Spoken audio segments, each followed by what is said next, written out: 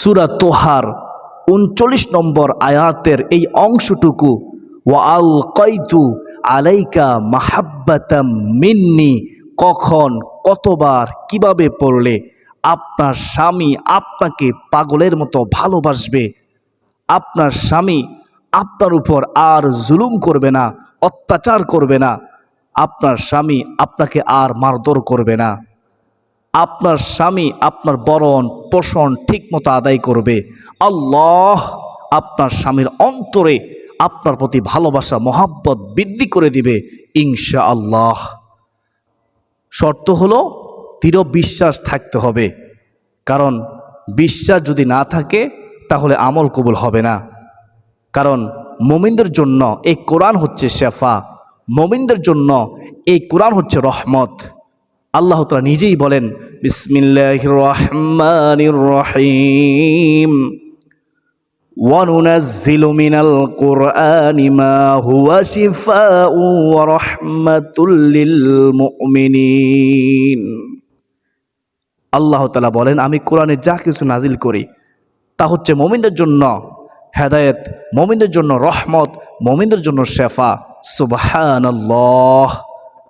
প্রিয়দিনী ভাই বোনেরা, আপনার স্বামী যদি বিদেশে থাকে তাহলে আমলের নিয়ম একরকম, আপনার স্বামী যদি দেশে থাকে আপনার সাথে ঘুমায় তাহলে আমলের নিয়ম একরকম। শুনতে হবে মনোযোগ দিয়ে, মনোযোগ দিয়ে না শুনলে বুঝতে পারবেন না। তো আমরা প্রথমে জেনে নেই, আপনার স্বামী যদি আপনার সাথে ঘুমায়, একসাথে থাকে, দেশের মধ্যে থাকে, তাহলে এভাবে আমল করবেন। রাতে যখন আপনি আপনার স্বামীর সাথে এক বিছানায় ঘুমাতে যাবেন, তখন আপনি আমলটি করবেন আপনার স্বামীর চেহারার দিকে তাকিয়ে তাকিয়ে, চুপি চুপি, মনে মনে, আপনার স্বামী যেন বুঝতে না পারে, মনে মনে আপনি আমলটি করবেন। আবার বলতেছি, আমলটি করবেন মনে মনে, চুপি চুপি, আপনার স্বামী যেন বুঝতে না পারে, আপনার স্বামীর চেহারার দিকে তাকিয়ে তাকিয়ে আমলটি করবেন। তো সূরা তোহার ৩৯ নম্বর আয়াতের এই অংশটুকু তেলাওয়াত করার পূর্বে আপনারা প্রথমত দুরূদে ইব্রাহিম একবার পড়বেন। আল্লাহুম্মা সাল্লি আলা মুহাম্মাদিন ওয়া আলা আলি মুহাম্মাদ কামা সাল্লাইতা আলা ইব্রাহিমা ওয়া আলা আলি ইব্রাহিম ইন্নাকা হামিদুম মাজিদ। আল্লাহুম্মা বারিক আলা মুহাম্মাদিন ওয়া আলা আলি মুহাম্মাদ কামা বারাকতা আলা ইব্রাহিমা ওয়া আলা আলি ইব্রাহিম ইন্নাকা হামিদুম মাজিদ। তো আপনি দুরূদ শরীফ পড়লেন। দুরূদ শরীফ পড়া হয়ে গেলে তারপরে আপনি এই আয়াতের অংশটুকু ৩ বার তেলাওয়াত করবেন। এভাবে বিসমিল্লাহ সহকারে মনে মনে চুপি চুপি, আপনার স্বামী যেন বুঝতে না পারে। বিসমিল্লাহির রহমানির রহিম, স্বামীর চেহারার দিকে তাকিয়ে তাকিয়ে পড়বেন। ওয়া আলকাইতু আলাইকা মাহাব্বাতাম মিন্নি, বিসমিল্লাহির রহমানির রহিম, ওয়া আলকাইতু আলাইকা মাহাব্বাতাম মিন্নি, বিসমিল্লাহির রহমানির রহিম, ওয়া আলকাইতু আলাইকা মাহাব্বাতাম মিন্নি। এভাবে আপনারা ৩ বার পড়বেন বিসমিল্লাহ সহকারে। তো আবার শেষে দুরূদ শরীফ পড়বেন, একবার পড়লেই হবে, দুরূদে ইব্রাহিম।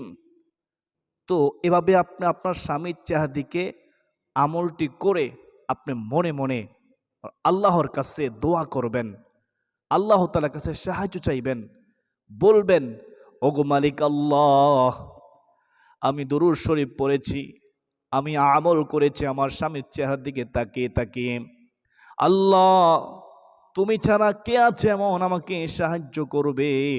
আল্লাহ আমার স্বামীকে তুমি হেদায়েত দান করো। আমার স্বামী আমার উপর জুলুম করে, আমার স্বামী পরকীয়ার সাথে জড়িত, আমার স্বামী আমাকে ভালোবাসে না, মোহাব্বত করে না। আল্লাহ কোরআনের বরকতে, এই সূরা তোহার 39 নম্বর আয়াতের অংশটুকু তেলাওয়াতের বরকতে, দুরুদের বরকতে, আল্লাহ গো তোমার রহমান রহিম নামের উসিলায় আমার স্বামীকে তুমি হেদায়েত দান করো। আমার স্বামী যেন আমাকে ভালোবাসে, আমার স্বামী যেন আমাকে মোহাব্বত করে, আমার স্বামী যেন আমার উপর আর জুলুম না করে। আর সহ্য হচ্ছে না রে মালিক, আমার স্বামী আমাকে গালমন্দ করে। আল্লাহ তুমি আমাকে সাহায্য করো। হাসবুনাল্লাহু ওয়া নি'মাল ওয়াকিল ওয়া নি'মাল মাওলা ওয়া নি'মান নাসির। এভাবে আপনি মনে মনে আল্লাহর কাছে সাহায্য চাইবেন। প্রিয় দিনী বোনেরা, এভাবে স্বামীর জন্য আমলটি করলে আপনি নিজ চোখে এর ফলাফল দেখে অবাক হয়ে যাবেন। আমলটি কদিন করবেন? আমলটি আপনি এক লাগাতার 3 দিন করবেন। এখন প্রশ্ন করতে পারেন, আমার স্বামী তো আমার সাথে ঘুমায় না, সে তো বিদেশে থাকে, এখন আমাদের করণীয় কি, আমরা কীভাবে আমলটি করব? অথবা আমার স্বামী দেশেই থাকে কিন্তু কাজের কারণে সে শহর এলাকায় থাকতে হয়, আমার কাছে সে থাকে না, মাঝে মধ্যে আসে, তো আমি কীভাবে আমলটি করব? তাহলে শুনেন মনোযোগ দিয়ে। আপনার স্বামী যদি দূরে থাকে তাহলে আপনি আমলটি করবেন এইভাবে, এই নিয়মে। আপনি একটি ছবি নেবেন আপনার স্বামীর, অথবা মোবাইল যদি কোনো ছবি থাকে আপনি ওই ছবি সামনে রাখবেন। ছবি সামনে রেখে প্রথমে পবিত্রতা অর্জন করতে হবে, খেয়াল রাখবেন। অজু করতে হবে, পবিত্র অবস্থা আমলটি করতে হবে। আপনি যায় নামাজ বিছে আমলটি করবেন, নামাজ শুরুতে বসে আমলটি করবেন। আপনার স্বামীর ছবি আপনি সামনে রাখবেন, মোবাইলে হোক অথবা সরাসরি ছবি হোক, যেভাবে হোক রেখে প্রথমত দুরূদ শরীফ আপনি একবার পড়বেন, দুরূদে ইব্রাহিম। দুরূদে ইব্রাহিম একবার পড়ার পরে তারপরে আপনি বিসমিল্লাহ সহকারে এই সূরা তোহার 39 নম্বর আয়াতের অংশটুকু 3 বার পড়বেন। এভাবে পড়বেন, বিসমিল্লাহির রহমানির রহিম ওয়া আলকাইতু আলাইকা মাহাব্বাতাম মিন্নি, বিসমিল্লাহির রহমানির রহিম ওয়া আলকাইতু আলাইকা মাহাব্বাতাম মিন্নি, বিসমিল্লাহির রহমানির রহিম ওয়া আলকাইতু আলাইকা মাহাব্বাতাম মিন্নি। তারপরে আপনি দুরূদ শরীফ একবার পড়বেন, দুরূদ ইব্রাহিম অথবা যে কোন দুরূদ শরীফ পড়তে পারেন। তো শেষে আপনি আপনার স্বামীর ছবির মধ্যে আপনি একটি ফু দিয়ে দিবেন বিসমিল্লাহ বলে, বিশ্বাস রেখে বিসমিল্লাহ, এভাবে ছবির মধ্যে ফু দিয়ে দিবেন। মোবাইলে যদি আপনার স্বামীর ছবি থাকে ওই ছবির মধ্যে ফু দিলে হবে, অথবা সরাসরি যদি ছবি থাকে তাহলে ওই ছবির মধ্যে ফু দিলেও হবে, অথবা আপনি ভিডিও কলেও আমলটি করতে পারেন। তবে শর্ত হলো আমলটি করবেন যেন আপনার স্বামী বুঝতে না পারে, চুপি চুপি আমলটি করবেন, মনে মনে আমলটি করবেন, দৃঢ় বিশ্বাস রেখে আমলটি করবেন। আমার বিশ্বাস ও মহিলা মা বোনেরা, একটাবার আমলটি করে দেখুন না, এই আমল করতে টাকা খরচ হবে না, আপনার স্বামীকে আল্লাহ হেদায়েত দান করবে ইনশাআল্লাহ কোরআনের বরকতে। এটা কুফরি কালাম নয়, জাদুটুনা নয়, এটি কোরআনী আমল। কোরআনী আমল কখনো বিফলে যায় না, চেষ্টা করে দেখুন না। এভাবে আপনি আমলটি 3 দিন করবেন। প্রিয়দিনী ভাই বোনেরা, তো আশা করি বুঝতে পেরেছেন স্বামী বিদেশে থাকলে কীভাবে আমলটি করতে হবে, আপনার সাথে ঘুমালে বিছানায় আসলে কীভাবে আমলটি করতে হবে। মনে রাখবেন, এই আমলটি কবুল হওয়ার পূর্ব শর্ত হচ্ছে দৃঢ় বিশ্বাস রাখা। যখনই কোরআনে আমল করবেন দৃঢ় বিশ্বাস রেখে আমলটি করতে হবে, এবং কি হারাম থেকে বেঁচে থাকতে হবে, হালাল খাদ্য গ্রহণ করতে হবে, হারাম থেকে বেঁচে থেকে আমলটি করতে হবে, এবং জবানের হেফাজত করতে হবে, গীবত থেকে বাঁচতে হবে, অন্তর থেকে হিংসা বিদ্বেষ অহংকার দূর করতে হবে। তওবা করুন, অন্তর থেকে হিংসা বিদ্বেষ দূর করে দিন, এবং আপনাদের আপনার আমল কবুল হোক তাহলে আপনাকে অবশ্যই অবশ্যই আল্লাহর হুকুম ফরজ বিধান 5 ওয়াক্ত নামাজের হেফাজত করতে হবে। আশা করা যায় যদি আপনি এই শর্তগুলো মানেন, এই শর্তগুলো মেনে যে নিয়ম বলেছি সেই নিয়মে যদি সূরা তোহার 39 নম্বর আয়াতের অংশটুকুর আমল করেন, ইনশাআল্লাহ আল্লাহ আপনাকে সাহায্য করবেনই করবেন। আপনার স্বামী আপনাকে পাগলের মতো ভালোবাসবে, আপনার উপর আর জুলুম করবে না, আপনার প্রতি তার মহাব্বত বৃদ্ধি হবে ইনশাআল্লাহ। আমরা দোয়া করব সব সময় স্বামীর জন্য।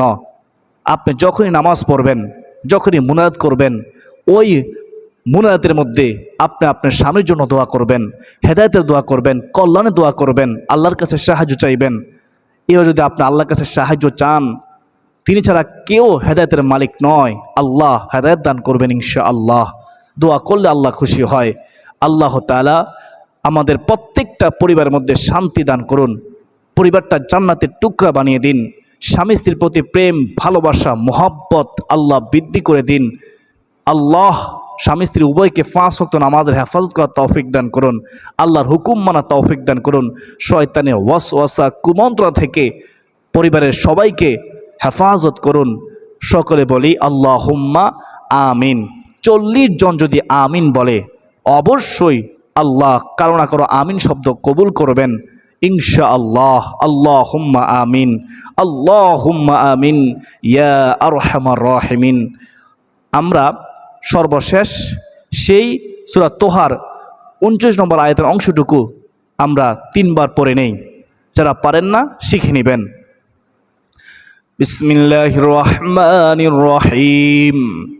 وألقيت عليك محبة مني بسم الله الرحمن الرحيم وألقيت عليك محبة مني بسم الله الرحمن الرحيم وألقيت عليك محبة مني। মুখস্থ না পারলেও কোনো সমস্যা নেই, হতাশ হবেন না, দেখে দেখেও আপনি আমলটি করতে পারবেন ইনশাআল্লাহ। আল্লাহ তাআলা আমাদের সবাইকে কবুল করুন। আসুন এ পর্যন্তই, সকলে সুস্বাস্থ্য কামনা করে বিদায় নিচ্ছি। ওয়ামা আলাইনা ইল্লাল বালাগ। আসসালামু আলাইকুম ওয়া রাহমাতুল্লাহি ওয়া বারাকাতুহু।